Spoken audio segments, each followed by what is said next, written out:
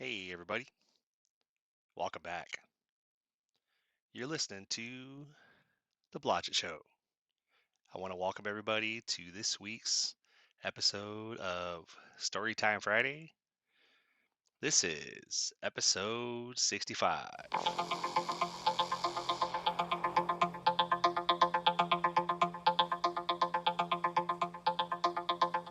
Once again, guys, welcome. Appreciate you being here. This week's story is called Part 2 of Snowpockalyps. Christina was working for an insurance company and was never the type of worker to take a day off. After working for quite a few years for a trucking company in PA, she had decided to relocate across the country to Seattle. She hadn't wanted to relocate initially. She loved it in PA, had loved her job, but had been through so many unsuccessful relationships in PA that she decided that maybe a fresh start would be a good idea. It was not an easy decision to make. She had quite a few friends in PA and quite a few friends that were truckers who would come through PA and arrange to meet up with her. One such trucker was a guy named Michael. Initially, when she met him, he lived in Philly, but after driving for a few years for the same company Christina worked for, he and his family had relocated out of state. Every so often, he would get a load that was coming to that same part of PA that she lived in, and they would be able to meet up and hang out. Every so often, he would be coming up and having to do a 34-hour restart not far from where she was, and he would reach out and let her know that he was going to be in the area. If it wasn't a good time for her, she would let him know, and he would pretty much just hang out in the truck stop for his 34. If he caught her on a good week, she would message back that she would love to meet up with him, and he would let her know what time of day he would be there. It was always a hit or miss kind of deal. There were quite a few occasions when he would be coming and he would send her a message and she wouldn't be available. And then there'd be quite a few occasions where he would message her and she would be like, "Hell yeah, let me know when you're available and what time you want to get together, and I'll come pick you up." Michael had just delivered. Michael just delivered a load of beer in Jacksonville, Florida. He'd been out for quite a few weeks and was extremely stressed out. He hadn't been home for a while and had not seen or had any contact with any of his friends in quite a while, and so his level of stress had gotten to the point where he quite frankly just wanted to pull over, get a hotel, and take a week off. As he handed his bills of lading to the guard at the security shack on his way out of the beer factory, all he could think about was getting to a safe place to park and going to sleep. It had been one hell of a long day, and he was looking forward to getting some sleep. Earlier that day, he had been making his way out of another warehouse where he was picking up at. And after he had hooked up to the load, he was walking around his truck and then around his trailer, making sure everything was okay when something odd happened. It was something that took him completely by surprise. He had made his way around a majority of the truck and trailer and was coming up along the passenger side of the truck when there was a loud boom. Some debris flew out from under the truck and made Michael jump out of the way. "What the hell?" he said as he jumped back from the pieces that flew out from under the truck. Michael got down on his hands and knees and looked under the back of the truck and noticed that one of the airbags of the truck was literally in pieces. It had quite literally exploded. "What the fuck?" he said out loud to himself. He stood up, scratched his head as he thought for a few minutes. "What the hell am I going to do?" he wondered. The load he just hooked up to was a load of beer, and so it was really heavy. He knew that he probably couldn't successfully run the load with one of his airbags messed up like that. However, he had already technically been loaded, so he didn't see how he could get out of it. So he went ahead and checked out with security and left the plant. He drove 10 miles to the nearest truck stop, driving well below the speed limit, before pulling over and parking. The entire way there, it felt like his truck was dragging along the ground because of the fact that one of his airbags was completely destroyed. As soon as he parked his truck, He sent a message to his company telling them what happened and asked if there was anything he could do. His fleet manager messaged back that he did not have enough funds set aside in his maintenance account, and so there was nothing the company could do to help him. He had been driving for a trucking company called Interstate Distributor, and his fleet manager was a lady named Michelle Perry. And for the most part, things had gone pretty well. Michael responded to Michelle's message. Ma'am, I understand that, but I'm currently stuck at a truck stop just north of Jacksonville, Florida. I had an airbag blow up when I was picking up the current load. The shop at the truck stop I'm looking at, or that I'm currently parked at, told me that they could fix it for around $800, including all taxes and fees. However, I don't have the money. What do you want me to do? Michelle replied back to him, Hey, Michael, I definitely hear what you're saying, and I understand this is a very stressful situation. I really wish there was anything that we could do, but as I said in my previous message, without anything in your maintenance account, my hands are tied. There's nothing I can do for you at the moment. I'm so sorry. I wish I had better news. Michael took a deep breath and rubbed his temples. He thought for a few minutes. Ma'am, I understand what you're saying. However, I need you to understand that I am stuck where I'm at. I have a load currently attached to me, but due to the mechanical issues with the truck, I cannot move. What would you recommend I do? Right now, I have no options but to remain where I'm at. However, if I do that, I will not get this load delivered, and that will also affect the company, will it not? Several minutes later, he got a reply. Hey, Michael, it's Michelle. I definitely hear what you're saying, and I can sympathize with you. I wish I could do more, but unfortunately, my hands are pretty much tied. There's literally nothing I can do. Have you tried reaching out to the company that you leased the truck through? No, ma'am, Michael replied. You were the first person I reached out to. Do you think that they would be able to do anything? A few minutes later, Michael's email chimed that he had a new message. Well, it's worth a shot. You should reach out to them and see what they could do, Michelle said. Michael sighed. Okay, thank you, Michelle. I'm not happy about it, but I'll reach out to them and see what they say. Michael had leased his truck through a company in Indianapolis. He drafted up an email to the guy he had dealt with when he filled out his paperwork when he got his truck. Hey, Robert, I have a problem, Michael said and sent off the email. He waited a few minutes and hadn't received any reply, so he thought he would go take care of a few things in order to pass some time. He headed into the truck stop, figured he would grab something to eat. His meal of choice was a meal called the Long Haul Breakfast. It consisted of eggs, hash browns, sausage patties, biscuits and gravy, and French toast. He would love to have ordered bacon too, but there was already so much food that he figured ordering bacon would be too much. After finishing his meal, he decided that he would go pay for a shower. The meal helped him to feel a bit better, but he figured that a hot shower would only make things even better. He made his way up to the front of the truck stop, scanned his loyalty card, and was given his receipt with the number of the shower he was assigned to. He only had to wait about 10 minutes before his shower was available, and as soon as he heard his shower number announced, he made his way over there. As the hot water washed all over him, he just stood there, his eyes closed, and tried to let the water wash all his worries and stresses away. Hot showers were probably one of his favorite ways to try to de-stress. He definitely felt that they were one of the most effective ways he could de-stress. Even if he didn't go through all the motions as far as the shampoo, conditioner, body wash, etc., he always felt he could literally stand under the hot water, and just by doing that, he would feel the stress melt away. When he got back to the truck, he saw that he had received a message back from Robert. Hey, Michael, good to hear from you. Sorry to hear about your truck. Unfortunately, your truck is not covered by any sort of warranty, so there isn't much we can do. What we can offer you, though, is if you want to turn your truck in and get a new one, we can arrange for a tow truck to come pick you up and bring you back up here to Indianapolis, and you can get into a new contract with a new truck up here. Michael sighed.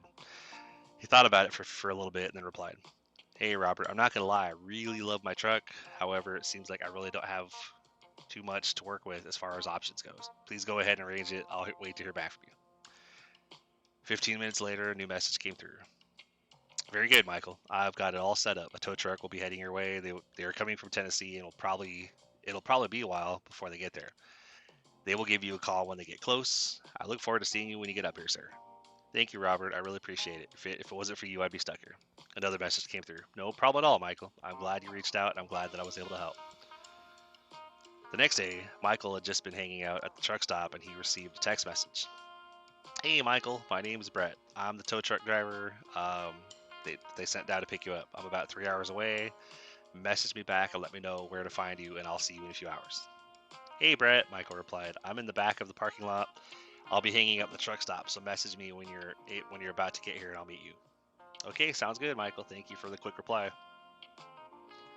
Earlier that day, Interstate had sent another truck to grab the loaded trailer that Michael was attached to. Michael found it funny because the other driver brought an empty trailer with him. The other driver basically swapped his his empty for the loaded trailer that Michael had, even though there was no way that Michael was going to be able to bring that empty trailer with him. A few hours later, Brett was arriving and Michael's phone was going off. Hey, Michael, it's Brett. I just pulled in. Hey, Brett, I'm right out front. I'll be watching for you. All right, cool. I'll see you in a few. Michael walked out the front of the truck stop and watched as the tow truck with flashing orange lights pulled up. The driver got out and walked up to Michael. Hey, bro, you must be Michael. They shook hands. Hey, man. Yep, you must be Brett. Yes, sir. So where are you parked? I'm right back here. Follow me, Michael said as he started walking towards his truck. Brett went back to his tow truck and followed in the direction that Michael was walking. Michael got to his truck and motioned to Brett. Brett pulled his tow truck around and backed it up to Michael's truck. He got out and started to hook everything up to the front of the truck. After everything was hooked up, he pulled the lever and the front of Michael's truck lifted off the ground. Brett came back to Michael and shook his hand again. So here's what I was thinking, Brett said. I'm currently out of hours, so what I was thinking was I'd pull us around the front of the lot where there isn't anyone parked, and we could park there for the night. You could sleep in your truck, and I'll sleep in mine. Then in the morning, we'll take off. I won't have enough hours to go all the way to Indianapolis, so my thought was that we'll head all the way to Nashville to our tow yard, and you can go home for the night. Then the next morning, you can unload all your stuff from the truck, and we'll continue to Indianapolis. What do you think? That sounds good, man. All right, hop in the passenger side. Let's get parked, Brett said. The next morning, they grabbed some breakfast and headed out. It was quite a long drive from the truck stop that they were at in Florida to the tow yard in Nashville. They made a couple of stops along the way. A few of the stops were just for them to stretch their legs and walk around for a bit, but the other stops were so they could grab something to eat. Thankfully, the traffic on the way up wasn't too bad, so they didn't have too many issues as far as delays go. As the gate opened and they pulled into the tow yard, Brett pulled off to the side of the yard and parked the truck. All right, man. Are you going to need a ride home? Nah, man, I appreciate it. I'll just arrange for an Uber to come pick me up. What time do you want me back here tomorrow morning? Well, let's see. It's 7 p.m. right now. Let's say 8 tomorrow morning. That should give you some time to get home and have some time with the fam and to come, to get some sleep and to get back up here in the morning. Yep, sounds good, man. I'll see you in the morning, Michael said. The next morning, they headed out the tow truck with Michael's truck in tow. Michael and his wife had emptied all his stuff out of his truck into their car, and his wife had headed home before Michael and Brett headed out. When they got to the company that he leased the truck through, Brett dropped Michael off at the front entrance and then left to go drop the truck off in the back lot where all the trucks are parked. Michael checked in with Robert as soon as he came inside. Michael, good to see you, sir. I hope your journey was a pleasant one. Hey, Robert. Yeah, it was okay. I really wish I wasn't having to switch trucks, but it's better than having to be stuck down there in Florida. Thank you again, sir. No problem, Michael. I'm just glad we were able to help. Michael went through all the orientation process. Went out to the truck lot where all the trucks that were ready to be leased were parked and found a truck that he liked. Writing down the information about the truck, he made his way back inside to tell Robert which one he wanted to lease. After filling out all the paperwork, he picked up his keys and headed out to go get his truck. After stopping at the fuel pump to fill his truck up with diesel, he headed out to head back to Nashville. When he got back to Nashville to the interstate hub, he was out of commission for about 24 hours as the company had to install the computer in the truck and get the decals installed on the side of the truck. Once that was all ready to go, Michelle sent Michael a message. Hey, Michael, it's Michelle. Your truck is all ready to go. I'll get a load assigned to you first thing tomorrow morning, and you're good to go. Sounds good, Michelle. Thank you. The next morning, Michael rolled into the Starbucks distribution terminal in Lebanon, Tennessee.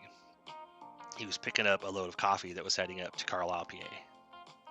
He was really happy to be finally rolling again, even though he was sad to have lost his previous truck. He was happy that he was in a new truck and was back to work again. At least he was making money again. As he pulled across the PA state line, he thought, I haven't seen Christina in a while. I should give her a shout. Hey, Christina, he texted. I hope you're well. I don't know if you're free, but I'm coming into PA right now. I'll be in Carlisle for about 5 hours, and then we'll be parked till tomorrow morning. I'd love to get together with you if you're free. Let me know. About an hour later, Michael's phone went off. Hey, Michael, holy crap, it's been so long. How long have you been? Hell yeah, I'd like to see you. Let me know when you get parked and I'll head over there and pick you up. I can't wait. Sounds good, Christina. See you soon.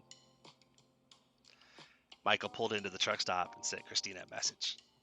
Awesome, awesome. Be right there, Christina said. She took him to a bar and grill that was pretty popular in that area. As they walked in, Michael chuckled. What's so funny? Christina asked, grinning at him. It's been so long. It's so nice to be able to hang out with you. Yeah, no. How long has it been? Shit, I don't even know, Michael said as he laughed. It's probably been like 6 months. They sat at the bar and did quite a few shots and quite a few beers. After a few hours, Michael thought to himself, I really have to use the bathroom, but holy crap, I am so buzzed. He carefully got up and started walking towards the bathroom.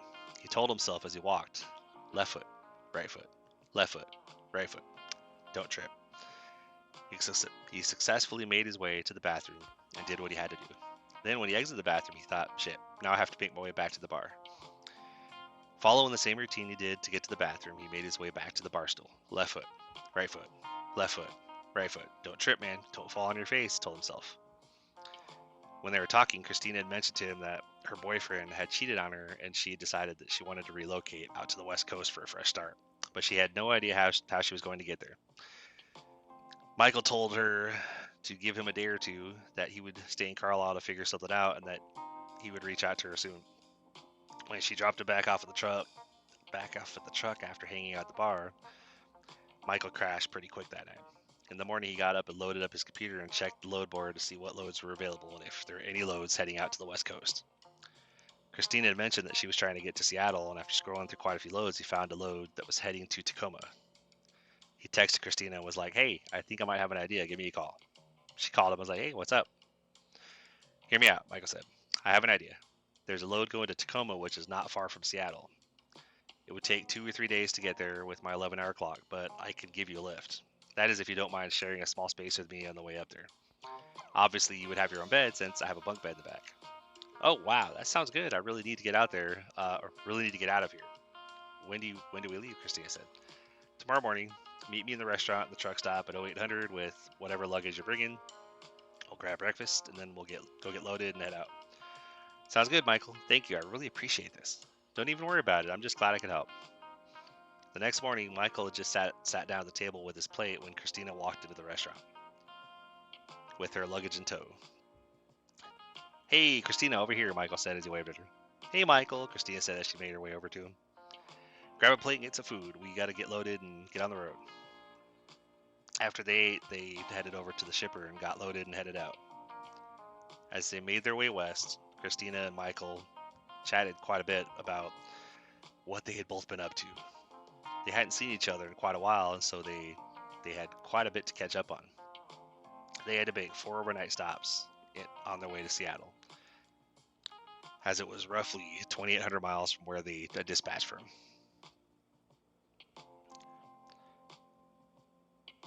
When they pulled into the hub in Seattle, they dropped the loaded trailer, which was being staged for a local driver to take it to another location. They picked up another loaded trailer that was headed back towards the East Coast and left the hub and headed to a local truck stop. As they backed into a truck parking space at the Flying J truck stop and Michael set the brake, he looked over at Christina. Well, we made it. Do you have somebody you can call? Somewhere for you to go?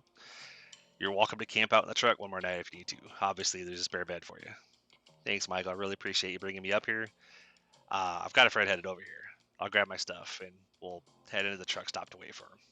Michael exchanged hugs with Christina, and she headed inside the truck stop to wait for a friend to pick her up. Michael got back into the truck, closed his curtains, and went to sleep. The next day, he grabbed breakfast and hit the road. As he made his way east, he had cranked up the air conditioning because the temperature was really high. An hour or so later, he noticed that the sky had darkened quite a bit and it actually started to snow. Snow? Really? It was just 90 degrees. What the hell, he thought to himself. As he continued down the highway, the snow began to get heavier. Michael pulled over and checked his phone. The temp had gone from 89 degrees to 34 in a matter of hours. It didn't make sense. It was the middle of spring and the temperature the last month or so had not gone below 55, so how the hell could it be snowing? Michael slowly pulled back onto the road and made his way down the interstate. He went probably another 200 miles and then pulled off at another truck stop and parked for the night. As a professional driver, he had always been told a saying that a lot of truckers live by: if in doubt, wait it out. Usually it was meant for when drivers were trying to pull out into traffic and didn't know if they could make it out before oncoming cars got there, but it also rang true for whenever drivers were dealing with extreme weather.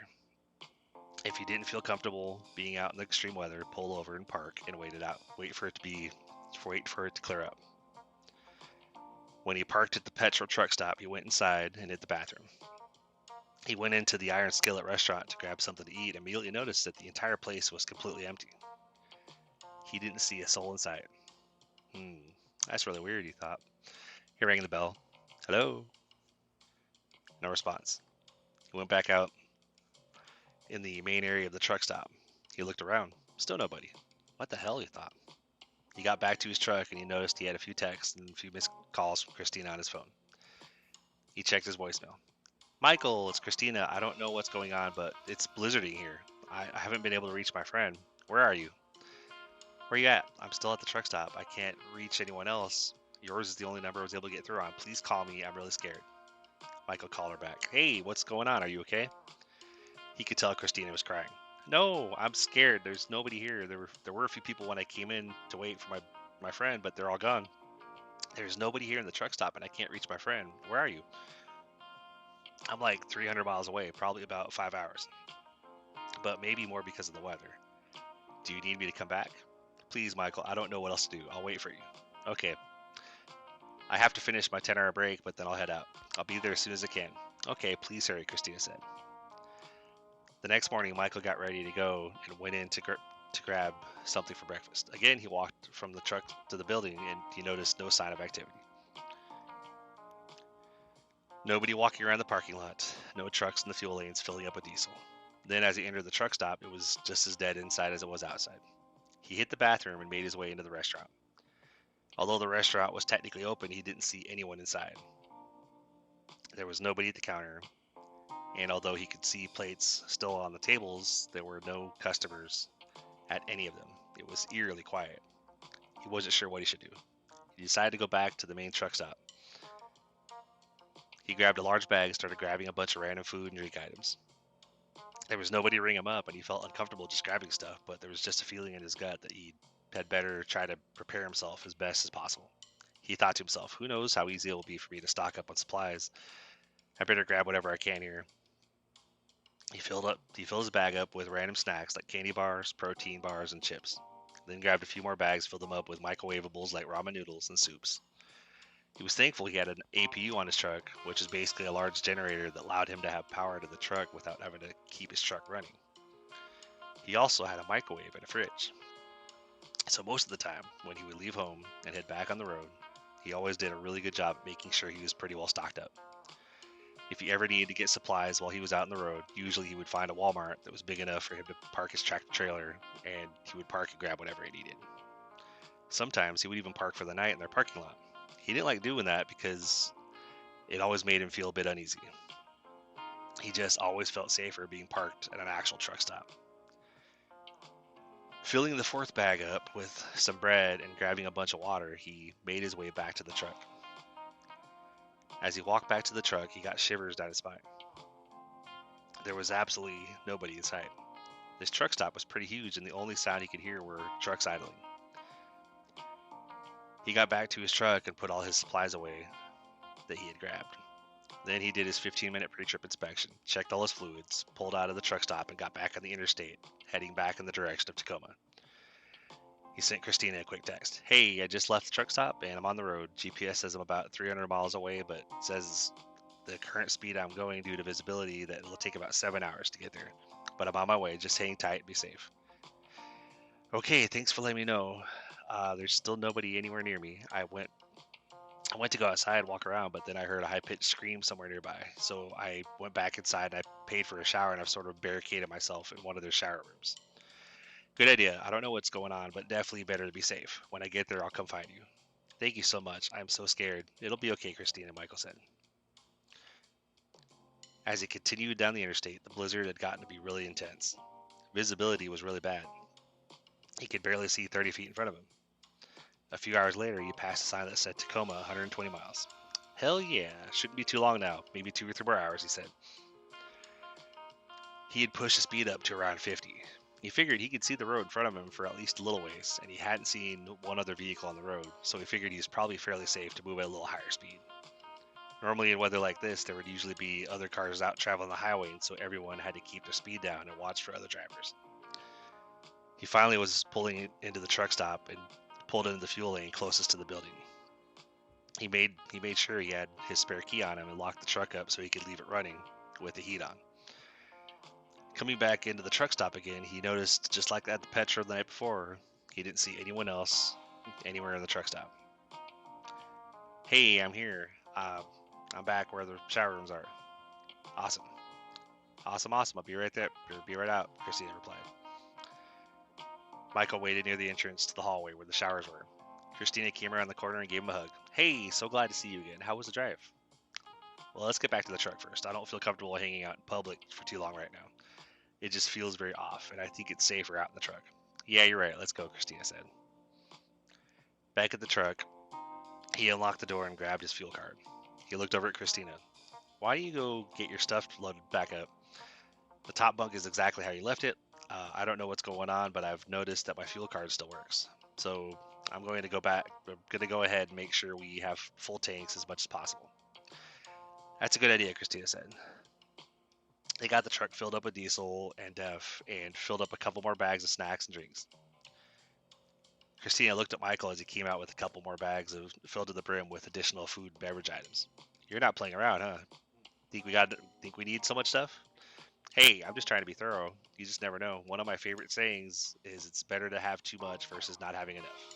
That's definitely a good saying, Christina said. They pulled out of the truck stop and got back on the interstate.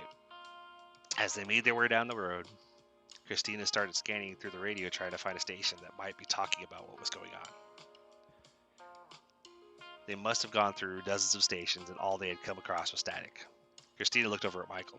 Have you heard from anyone or heard anything at all? Nope. When I was making my way back here to pick you up again, I tried to scroll through the radio as well and all I got was static. What about any phone calls? Christina said. Nope, nothing. I tried to call a few people, but all I got was a message saying the number could not be completed as dialed. How did we get through to each other? Christina asked. I have no idea, Michael said. Your number was the only one that went through. Also, you're the only one that I got a message from. Hold on, let me check something, Christina said. She pulled out her phone. Shit. What is it? Michael said, as he glanced over at her from the driver's seat. I just tried to go online to see if I could find any articles or hell, even Facebook, but it says I don't have any data. That's weird, Michael said. Yeah, I really wonder what's going on. When was the last time you saw anyone else? Michael said. It was probably when we first got to Tacoma to drop you off. I think we saw a few people then, but after I left, the blizzard started, and I haven't seen a single person. What about you? Well, Christina said, I saw a few people when I came into the truck stop to wait for my friend, but when I came out of the bathroom, everyone was gone. I didn't think anything of it, but then I tried to get in touch with my friend, and just like your phone calls, I got the message saying the number I dialed could not be completed. And you never saw him? Michael asked. Nope, I never saw anyone. After a while, I just assumed he wasn't coming, and that's when I called you. I'm glad you did, otherwise I'd just be heading east all alone and unsure what to do next, Michael said. They continued rolling down the interstate. Christina kept scanning through the radio and they passed a station that they thought they heard somebody say something. She backed up to the station and a loud booming voice came through the airwaves. Attention, attention, attention. If you're hearing this, make your way to the Capitol building in Washington, D.C. People all over the country have disappeared. All but a dozen states are experiencing blizzard conditions. People that have gone looking for other people have themselves gone missing. People that heard what sounded like somebody needing help have themselves gone missing. So I repeat, do not be a hero. Just keep moving. Just be safe. Wow. Holy crap, Christina said. Just, wow. Yeah, Michael said. Michael pulled out his phone and noticed he had a text from his buddy Dave on the East Coast. He dialed Dave's number, and to his surprise, Dave picked up. Yo, Dave said. Holy shit, man. What's going on? I'm surprised I was able to get through to you. What's going on, Michael? Where you at? I'm out here on the West Coast. I'm on my way out of Seattle. I have Christina with me. No shit. How's she doing? I haven't talked to Christina since we all worked at that one company. Oh, I know, man. Michael said. What are you doing with her, man? Oh, she wanted a fresh start. Figured she would move out to Seattle with a friend and need a lift, so I booked a loadout that way, and she tagged along. After I dropped her off and took off, headed east again, the blizzard started, and she got in touch with me and told me she was never able to get in touch with her friend, and so I turned around and came back to get her. Holy shit, man! Sounds like y'all have been through a lot. So you're dealing with the blizzard out there too, huh? Dave said. Yeah. Any idea what's going on? What's with the lack of people? We came across the station earlier that was basically broadcasting a loud message that we keep moving, don't be a hero, and it mentioned something about the Capitol building. What the hell, man? Yeah, man, make your way up here. There's maybe a few hundred people here. Not sure how many are left in the country. Sounds like a majority of people in all the states with the blizzard are just gone. No idea where they went. We've heard a little bit since we got here. What have you heard, man? Michael said. They have a handful of army soldiers here. They reported the other day that they received a report that only people that are out in the blizzard for too long have gone missing without a trace. Seems that people that didn't go missing would go out looking for those people, and they themselves would go missing. They said that it seems to be how a lot of people have gone missing. They said that is why the radio is broadcast to keep moving and don't be a hero. How far do you think you guys are from here? Dave said. Probably like 3 days. Got to keep within those fun hours of service. Oh, I know, man.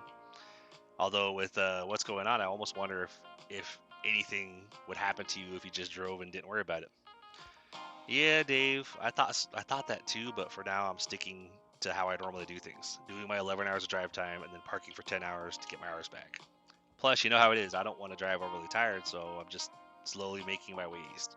This storm is pretty intense, so I'm probably averaging 50 miles per hour. Oh, I hear you, Dave said. You know that Roger and his wife Maggie are here, right? What? Yeah, man. Roger went out to Southern California with his Ram, and then he hit the blizzard on his way back. He had a lot of crazy shit happen on his way back east. He even lost his truck. What? No freaking way. Are you serious? Michael said. Yeah, man. For some reason, the only person he was able to get in contact with was for a while was me. When I managed to get through to his wife, then he managed to get through to his wife Maggie's voicemail, and when he made it here, Maggie had gotten his message. She actually made her way here to the Capitol building too. No shit. That's awesome. I'm glad y'all made it there safe. It'll take me a while to get there, but I'll get Christina and I there too. I just hope we don't run into any issues on the road, Michael said. Definitely. You two be safe out there. Call me whenever you get the signal again so I can find out how close you are. If I learn anything else about the current situation, I'll let you know, Dave said. Okay, man. Talk to you soon, Michael said as he disconnected the call. Halfway across Nebraska, the snow had gotten so intense that they could barely see the front of the truck. Holy shit, Michael said. I don't want to stop, but I think we should pull off for a bit and see if this clears up. Maybe see if we can grab some more supplies. What do you think? Yeah, sounds like a good idea, Christina said. They pulled into a Love's truck stop and pulled into the fuel island. Michael got out and topped off the fuel. Then he backed into a trucking space. Did you see any sign of life out there when you were fueling? Nope, nothing. I'm just glad that the fuel card still works.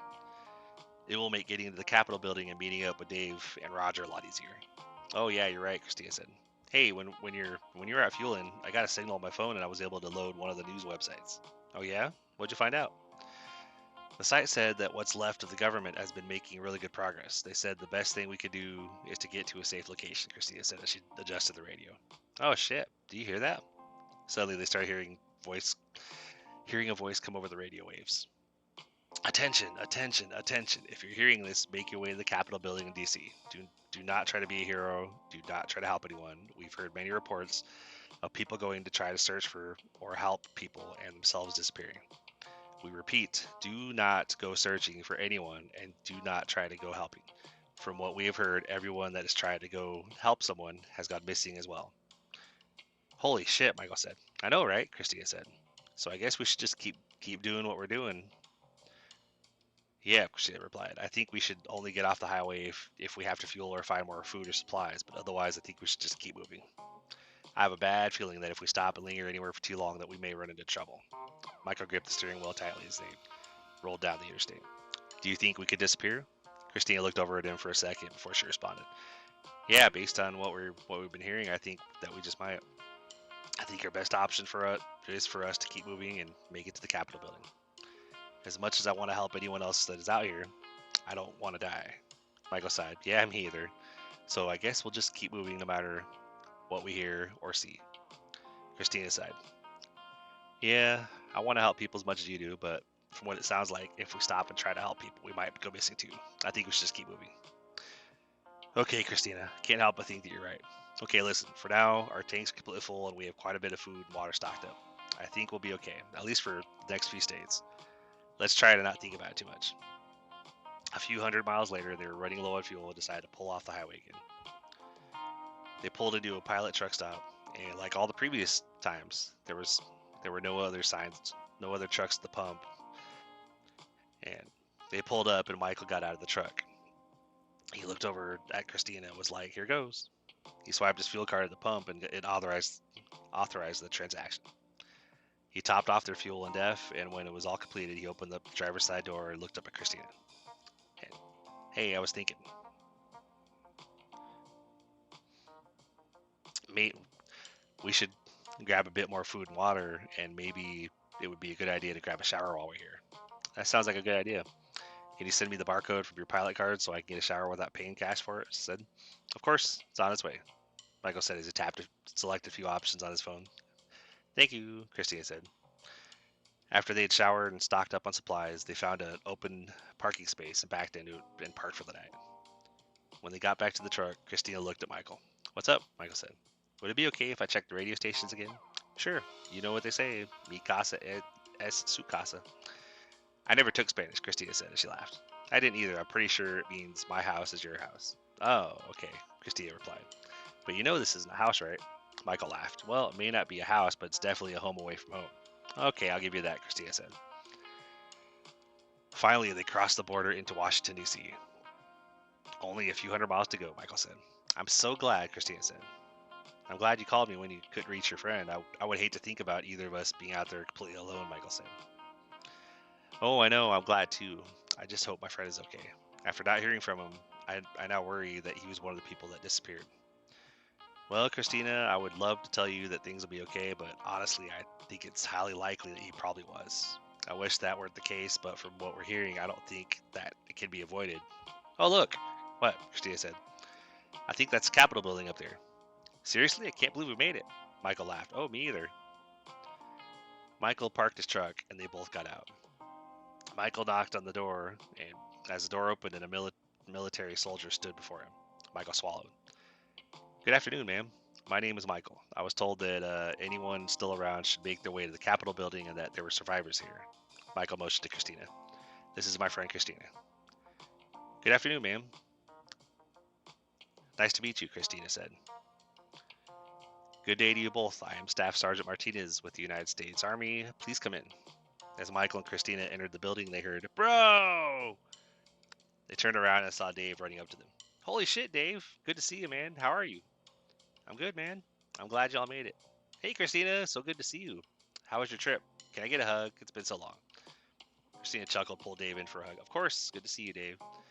I didn't think we'd ever see each other again since you left the trucking company that Michael and I were working for. I know, right? Dave said. I would have stayed, but when I was with the same company as y'all, I was loving those tractor supply loads. It was an easy way for me to make $300 a day and still come home every night. When the company did away with those and gave them to company drivers, I was like, yeah, well, fuck that. I hear you, Christina said. Sergeant Martinez said, I'm sorry to interrupt, but I think someone else is happy to see you. Michael looked behind him again and realized that Roger was running up to them. Holy shit, Roger, man, how you been? Roger gave both Michael and Christina a hug. I've been good, man. I'm glad y'all made it here safely. I wasn't sure if I would see too many familiar faces, but I'm glad I ran into you guys. Sergeant Martinez announced over the intercom that everyone should report to the common area for an announcement. Michael took Christina's hand. Shall we? Yes, we shall, Christina replied. Roger took Maggie's hand. What do you think, love? I think we need to get as much information as we can. Get as much info as we can. Lead the way, babe, Maggie said. Dave followed behind the two couples. Thank you all for coming, Sergeant Martinez announced. We still don't have much information. We have contact with a few military personnel that are high up in the chain, and as soon as we get any updates, we will let y'all know. For now, keep doing what you're doing. Here, you are all safe. Here, you all don't have to worry. I have a dozen or so other military personnel that are guarding all the entrances and of the Capitol building, and nothing will get in unless we let it in. Michael squeezed Christina's hand. You okay? Yeah, I'm good, Christina replied. Okay, good. You just look a little worried, Michael said. I'm not worried, Christina said. It's just that it feels like our whole lives have just been upended. I wish I could go home, but I feel like that isn't possible. Michael sighed. Christina, if you want to go home, you know I'd load you up and your stuff in the truck and take you home. Yeah, no, Michael. The thing is, I don't even know if there is anyone at home. Well, why don't you try to call? That's a good idea, Christina said. She pulled her phone out. Michael tried to look like he was not paying very close attention as he heard the beeping on the other end of Christina's call. She frowned. Michael looked up at her. What's going on? Call could not be completed as dialed. Not gonna lie, I'm kind of fearing the worst. I hear you, Michael replied. I guess we'll just have to keep doing what we're doing. Michael, Christina, David, Roger, and Margaret started meeting up daily, talking about the latest information that they heard about what was going on in the country. Roger had his computer with him and had started to write a book about what was going on. He didn't know if anyone would have the chance to read it, but figured he wanted to write about what they had all been through and about what was still going on. It had been a long, hard, scary, and complicated road for all of them, but finally all the friends were reunited at last. They had decided, based on all the radio broadcasts as well as what the sergeant had said, that it was best if they just stayed put and kept each other safe where they were currently at. It wouldn't make sense for them to leave and try to not only figure out if there were any other people out there, it made more sense for them to do what they were doing, to stick together and keep each other safe. From here on out, they would make sure that they stuck together. As long as they stayed together, they would be safe. As long as they stuck together, they could watch each other's backs. No matter what was happening everywhere else, they could make sure that the people they were with would not disappear. As the weeks and months went by, they continued to stand by each other and keep each other safe. They continued to make sure that they were all safe. Eventually, they received word that the government had succeeded in fighting off the paranormal entities that had caused the whole issues across the entire country. Now it was time to rebuild. Now it was time to get their lives back. It was going to be a slow process, but they were determined to do it. The majority of the country had disappeared, and quite sadly, they never showed back up. But now that things had been taken care of, the people that remained could work on building their lives back up, and in the process, rebuilding the country back up. Things would never be the same. They would try to get back to any kind of resemblance of the lives that they had previously had, but despite all their efforts, they would never get there. All they could do was keep supporting each other. All they could do was keep believing that things would eventually, someday, be okay. All they could do was keep moving forward. The end.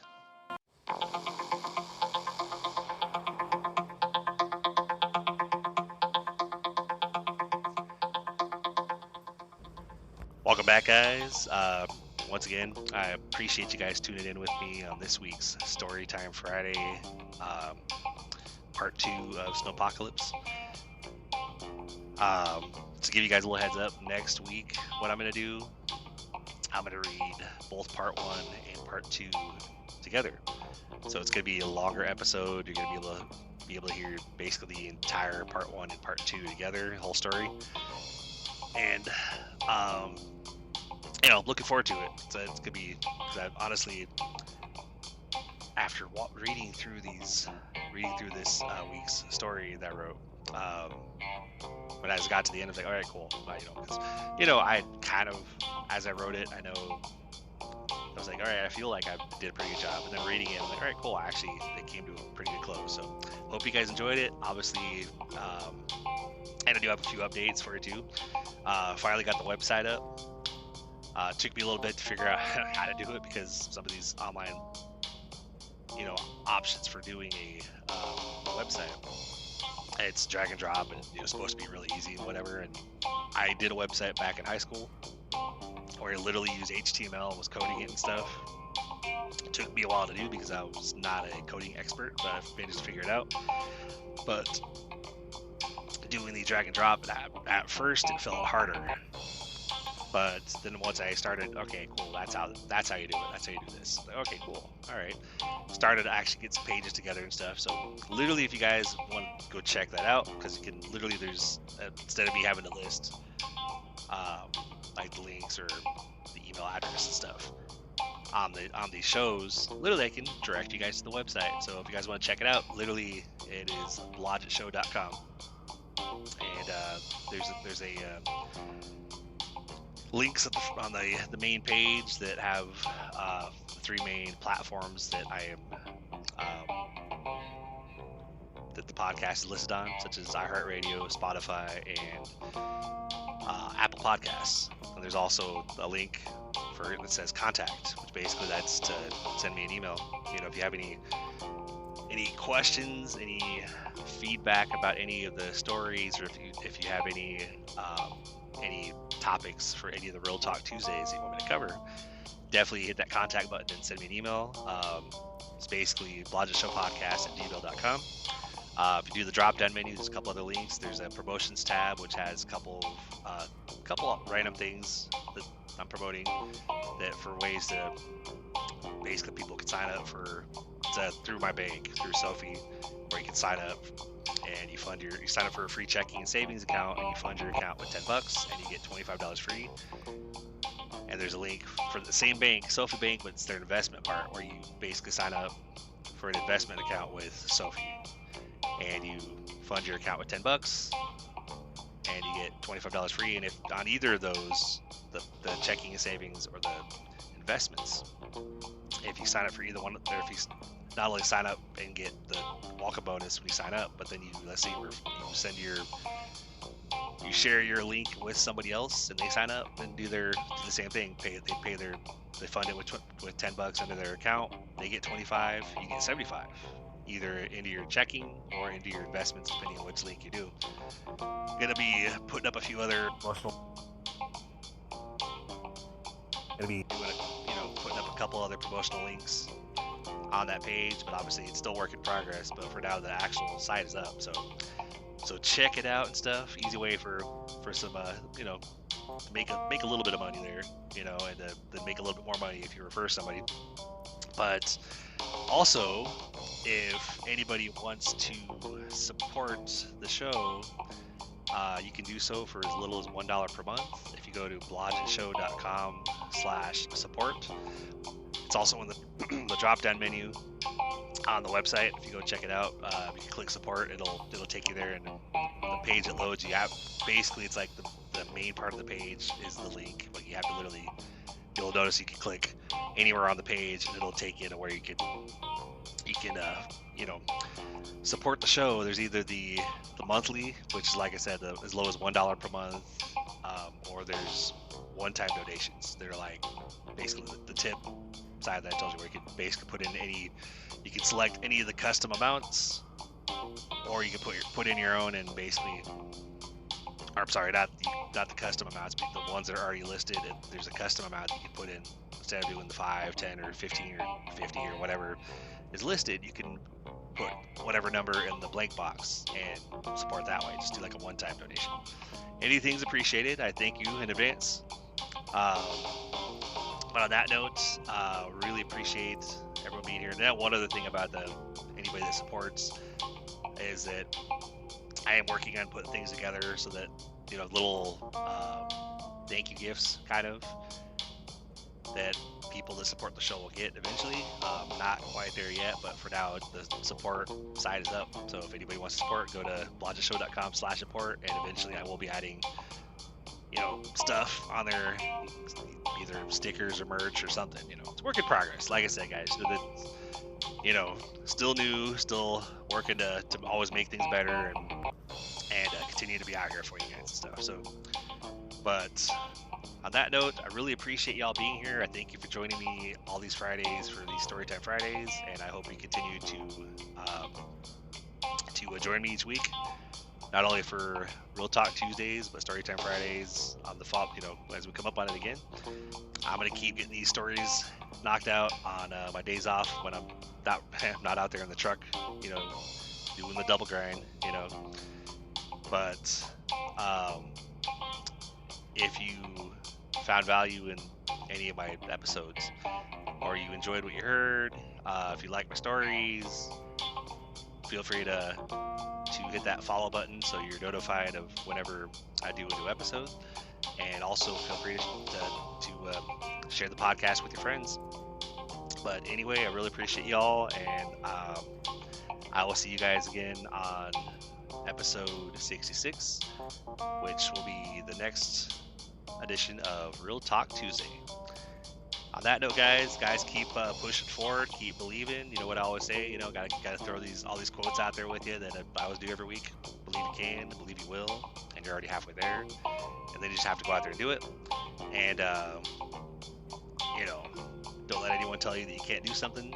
You know, just go out there and do it. You know, set your mind to it, make a plan, and make it happen. So anyway, guys, on that note, I appreciate you, and I will talk to you on the next episode, which will be Real Talk Tuesday. Have a good one.